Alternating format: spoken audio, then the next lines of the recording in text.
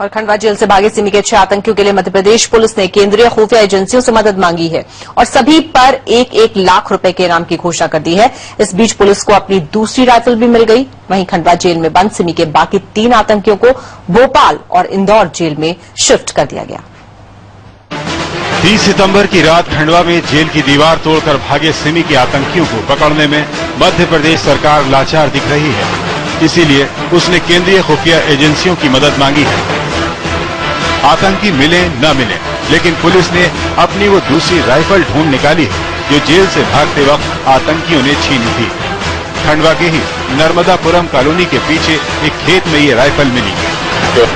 Rifle जो बदमाश से लेके भागे थे जवानों से, उसको यहाँ खेत में अभी बरामद हुई है और उसी के साथ सेंड दिला रहे थे और सभी संभावित रास्ते आने व जाने की उसके थोड़ा वर्क कर रहे हैं। वैसे पुलिस के लिए ये एक बड़ा सुराग है। हो सकता है भागते वक्त आतंकियों के हाथ से ये राइफल इस खेत में गिर गई हो। भोपाल में डीजीपी ने सभी 6 आतंकियों की गिरफ्तारी के लिए 1-1 लाख रुपए के इनाम की घोषणा की है। सुराग देने वाले की पहचान गुप्त रखी जाएगी। कोई भी सूचना मिले तो आप चाहे भले ही अपनी आइडेंटिटी न बताना चाहें, लेकिन यदि सूचना भी आप देते हैं जिसकी की वजह से कोई भी अपराधी गिरफ्तार होता है तो इसमें हर एक अपराधी पर 1-1 लाख का इनाम है। मतलब ये 6 जो एक्सकॉन्डिंग पे टोटल 6 लाख का इनाम है। तफ्तीश में एक चौंकाने वाली बात भी सामने आई है। खुफिया एजेंसियों के हाथ लगे रिकॉर्ड से खुलासा हुआ है कि अबू फैजल की पत्नी रजिया सितंबर महीने में 3 बार उससे मिलने खंडवा जेल आई थी। पुलिस हेडक्वार्टर में भी सबके माथे पर चिंता की लकीरें हैं। यहाँ मौजूद अफसरों ने कैमरे के सामने बात करने से मना कर दिया, लेकिन ऑफ द रिकॉर्ड प्रमुख सचिव जेल जेटी एक्का ने माना है कि सुरक्षा में चूक के कारण आतंकी भाग निकले। थोड़ी देर पहले ही हमारी मुलाकात हुई है जेल विभाग के प्रमुख सचिव जेटी एक्का और डीजी जेल सुरेंद्रनाथ सिंह से, और उनका साफ तौर पर कहना है कि सुरक्षा में इस गंभीर चूक के लिए कुछ लोगों को निलंबित किया गया है और उनकी विभागीय जांच की प्रक्रिया जारी है। साथ ही साथ उनका यह भी कहना है कि जिस तरह की बातें सामने आ रही हैं कि उन आतंकियों की सुरक्षा में एक अपंग प्रहरी की ड्यूटी लगाई गई थी, वो सही नहीं है, बल्कि वो प्रहरी सारी सुरक्षा व्यवस्था का इंचार्ज था। अब सुरक्षा के मद्देनजर खंडवा सेंट्रल जेल में बंद बाकी सिमी के 3 सदस्यों को दूसरी जेल में शिफ्ट कर दिया गया है। रकीब नाम के कैदी को भोपाल सेंट्रल जेल, अकील खिलजी और अल्ताफ को इंदौर सेंट्रल जेल शिफ्ट किया गया है। ये तीनों खंडवा के निवासी हैं और 2011 में गिरफ्तार किए गए थे। खंडवा जेल में 168 कैदी रखने की क्षमता है, जबकि यहाँ 500 से ज्यादा कैदी हैं, जिनकी सुरक्षा के लिए सिर्फ 28 सुरक्षाकर्मी हैं। खंडवा से सटे बुरहानपुर में भी पुलिस चौकन्नी है। यहाँ रेलवे स्टेशन, बस स्टैंड समेत शहर के सभी प्रमुख इलाकों में आतंकियों की फोटो लगाई गई है। सीमावर्ती राज्य महाराष्ट्र की ओर जाने वाली सभी गाड़ियों की तलाशी जारी है। ट्रेनें भी पुलिस की नजरों से गुजर रही हैं। कुछ संदिग्धों को हिरासत में भी लिया गया है।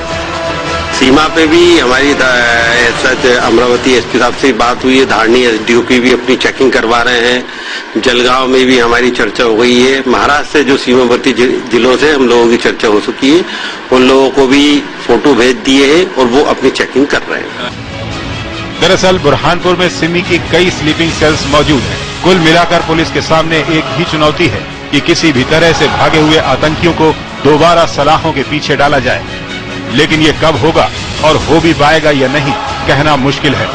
समय के लिए खंडवा से प्रमोद सिन्हा और बुरहानपुर से रिजवान अंसारी के साथ भोपाल से वीरेंद्र शर्मा।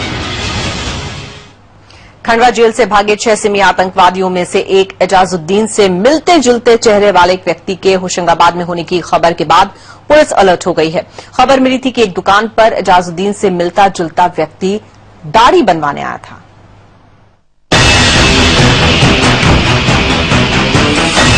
खंडवा जेल से भागे 6 खतरनाक सिमी आतंकवादियों की तलाश में प्रदेश की पुलिस हाई अलर्ट पर है। खंडवा से लगे जिलों में खास सतर्कता बरती जा रही है। होशंगाबाद में भी इन्हीं खास सतर्कता वाले जिलों में शामिल है। ऐसे में एक हेयर कटिंग सैलून में आतंकवादी एजाजुद्दीन के एहलिया वाले व्यक्ति के आने की खबर के बाद सतर्कता और बढ़ा दी गई है। खतरनाक उसकी हुलिया आई थी, फटे कपड़ा पहने थे, उसने भी फटे थे और दाढ़ी 2-2.5 महीने की दाढ़ी। क्या मोटा था? लंबा? मोटा, अच्छा मोटा तगड़ा। और लंबा कितना था? 7 फीट। उसकी बातों से क्या लग रहा था, कैसा है वो, कहाँ जा रहा है? ज्यादा बात भी नहीं करी उसने, ज्यादा बात भी नहीं करी। इसको की दिन की बात है, जो खंडवा जेल से जो आतंकी फरार हुए थे, इनसे मिलता जुलता व्यक्ति एक यहाँ पे दिखा था। ये सिटी है, ड्रेसेस है, तो यहाँ पे मेरे मित्र है, तो मैं भी यहीं पास में रहता हूँ, तो ऐसा दिखा था। तो खबर मिलते ही होशंगाबाद के additional SP Hoshangabad railway station और बस स्टैंड के पास स्थित मुकेश हेयर कटिंग सैलून पर पहुंचे और उससे पूछताछ की। हालांकि पूछताछ में कोई ठोस सबूत नहीं मिला। और मुकेश से पूछताछ की थी तो उसने केवल इतना बताया था कि पेपर में जो फोटो छपा था उनमें से एक का हुलिया थोड़ा सा मिलता जुलता था। इस कारण उसके द्वारा अपने एक साथी पार्षद सेठी चौक से को ये जानकारी दी थी और वहां से हमें ये इनपुट मिला था। तो उसी जानकारी को तस्दीक करने के लिए हमने तमाम एरियाज को सर्चिंग किया था, पर ऐसे कोई ठोस सबूत नहीं मिले।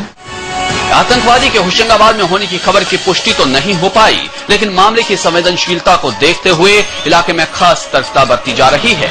होशंगाबाद रेंज के आईजी ने भी होशंगाबाद, हरदा और बैतूल जिलों के पुलिस अधीक्षकों को अपने अपने जिलों में तलाशी अभियान जारी रखने के निर्देश दिए हैं।